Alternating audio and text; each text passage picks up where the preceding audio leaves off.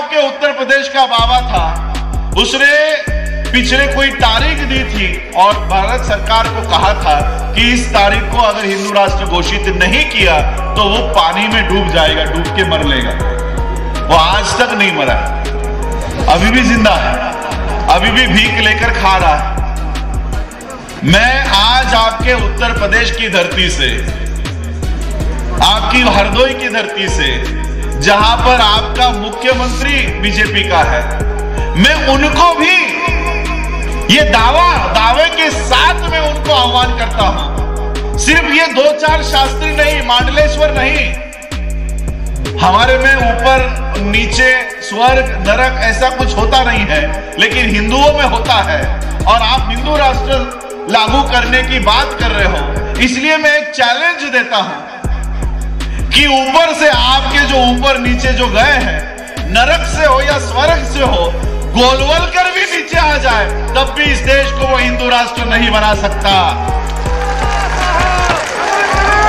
इस देश को हिंदू राष्ट्र घोषित नहीं कर सकता।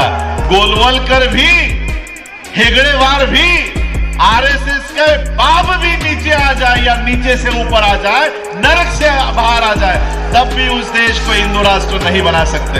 चाहे किसी की भी सरकार हो, पूरी की पूरी आरएसएस क्यों ना संसद में जाके बैठ जाए, मैं इस देश के लोगों के मूलभूत अधिकार किसी की भी सरकार आए वो 1 इंच भी कम होने नहीं दूंगा। बाबा साहब ने संविधान में हमारे लिए प्रारंभ करके गए, इसलिए इनको संविधान से बहुत दिक्कत हो रही है। आपके उत्तर प्रदेश में कोई मांडलेश्वर नाम का, क्या कहते हैं, बाबा, पंडित, क्या कहते हो आप लोग,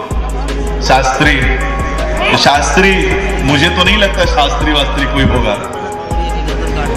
पिछले 2 साल पहले से वो संविधान लिख रहे हैं, भारत का संविधान लिख रहे हैं। उन्होंने सीएम को, राष्ट्रपति को, सबको निवेदन देकर उन्होंने अपना प्रारूप, उन्होंने वो प्रारूप तैयार करके कुछ अभी दिया है, हिंदू राष्ट्र होने की मांग कर रहे हैं। बाबा साहब के वंशज को देखने की तमन्ना है, इसलिए आप लोग यहां पर इकट्ठा हो। लेकिन मैं आपको उससे भी एक बहुत बड़ी वंशावली से परिचित कराना चाहता हूं। सिर्फ बाबा साहब की नहीं, इस देश की भी एक वंशावली है। इस देश में भी पिछले 2500 सालों से ये वंश, विचारों का वंश बढ़ते आ रहा है। ये वंश शुरू होता है तथागत बुद्ध से। तथागत बुद्ध की जो विचारधारा थी, समता, स्वतंत्रता, न्याय, बंधुता, इस विचारधारा पर आधारित व्यवस्था को बढ़ाने का काम उनके तथागत बुद्ध के बाद जो प्रतिक्रांति हुई, प्रतिक्रांति होने के बाद इस देश के ब्राह्मणों ने समता, स्वतंत्रता, बंधुता, न्याय, इस व्यवस्था को खत्म कर दिया। इस व्यवस्था को खत्म कर दिया और जो कोई समता की बात करेगा, जो कोई बंधुता की बात करेगा, जो कोई भाईचारे का बात करेगा, उसको मार डालने का आदेश इस देश से निकाला गया है। फिर भी तथागत बुद्ध के विचारों का प्रचार इस देश में गुरु नानक ने किया, उनसे भी पहले गुरु रविदास जी ने किया, संत तुकाराम ने किया, संत कबीर ने किया, और फिर महात्मा फुले हो, साहू महाराज हो, इन सब ने, जो हमारे महापुरुष है, महानायिकाएं हैं, इन्होंने बुद्ध के विचारधारा का प्रचार और प्रसार उन्होंने लगातार किया। और इन महापुरुषों के विचारों को संविधान में अंकित करने का काम डॉक्टर बाबा साहब अम्बेडकर जी ने कानूनन रूप में कर दिया।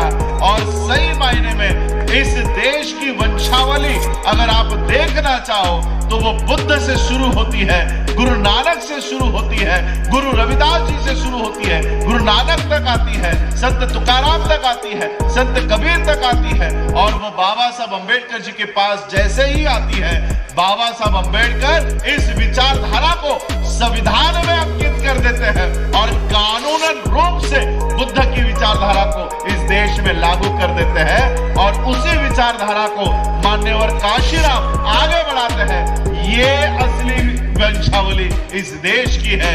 हम तो सिर्फ खून के रिश्तेदार है, विचारों के रिश्तेदार आज भी आप लोगों के समक्ष आप लोगों को गाइड कर रहे हैं, मार्गदर्शन कर रहे हैं। इन विचारधारा के साथ हम लोगों को खड़ा होना है।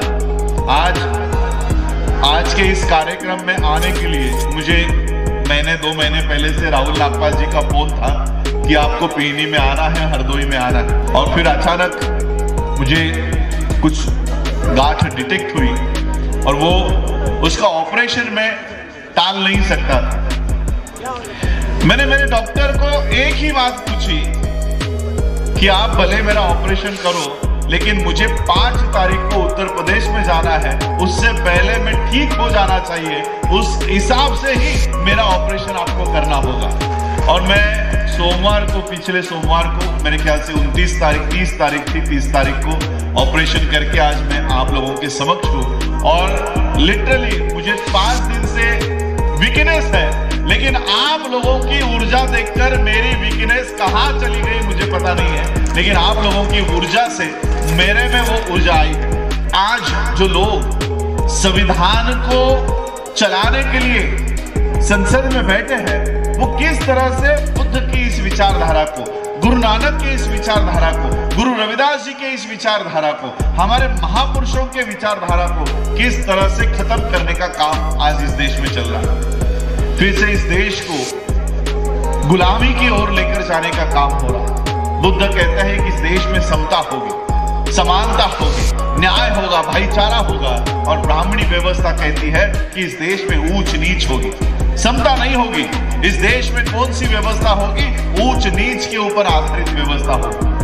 बाबा साहब अंबेडकर जी ने ऊंच नीच पर आधारित, आपने संविधान बताया, ये संविधान की प्रत है। देखिए एक ही आर्टिकल मैं आप लोगों के सामने पढ़कर सुनाना चाहूंगा। बाबा साहब अंबेडकर जी ने 2500 सालों की ये ब्राह्मणों की गैर बराबरी की व्यवस्था को किस तरह से एक ही आर्टिकल में, एक ही लाइन में खत्म कर दिया।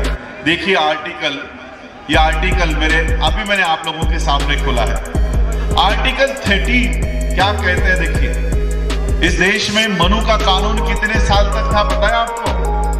मनु का कानून ये बाबा साहब का कानून है। ये कानून है बाबा साहब ने दिया हुआ, बाबा साहब ने निर्माण किया हुआ संविधान है। इससे पहले मनु का कानून लागू था कि मनु के कानून का आदेश था कि पशु हो, शूद्र हो, ढोल हो, नारी हो, इनको सिर्फ पीटना है। इनका अधिकार क्या है? इनको सिर्फ पीटने का ही अधिकार है। ये मनु का कानून कहता है। शूद्रों को पढ़ाई लिखाई करने का अधिकार नहीं है। इनको पशु की तरह, ढोल को जैसे पीटते हैं वैसे इनको पीटना चाहिए। ये आज भी इनके धर्म ग्रंथों में लिखा हुआ है। ये लिखा हुआ है। इन 2500 सालों की व्यवस्था को बाबा साहब ने ये पूरे संविधान में नहीं हटाया। ये पूरा संविधान 395 आर्टिकल की ये ग्रंथ है। पूरे ग्रंथ को बाबा साहब ने संविधान को मनु के कानून को हटाने के लिए नहीं इस्तेमाल किया, सिर्फ एक लाइन में हटाया। क्या है? देखिए वो लाइन। बाबा साहब लिखते हैं, इस संविधान के प्रारंभ से ठीक पहले भारत के राज्य क्षेत्र में प्रवृत्त सभी विधियां उस मात्र तक शून्य होती है जिस तक वे सब भागों में उपसंबद्ध से असंगत है। इसका मतलब क्या है? बाबा साहब लिखते हैं कि इस देश में भारत का संविधान जो बाबा साहब ने निर्माण किया है, वो लागू होने से पहले जितने भी कानून इस देश के ऊपर है, वो आज मैं शून्य घोषित करता हूं। एक लाइन में बाबा साहब अंबेडकर जी ने 2500 सालों के मनु के कानून को हमेशा के लिए खत्म कर दिया, हमेशा के लिए। और सिर्फ खत्म ही नहीं किया, बाकी दूसरा सब आर्टिकल तैयार करके बाबा साहब लिखते हैं कि राज्य ऐसी कोई विधि नहीं बनाएगा जो इस भाग द्वारा प्रदत्त अधिकारों को छीनती है। इसका मतलब बाबा साहब पहले आर्टिकल में 13 में लिखते हैं कि संविधान लागू होने से पहले जितने भी कानून हैं वो सारे के सारे मैं शून्य घोषित करता हूं, सारे के सारे नल एंड वॉइड घोषित करता हूं।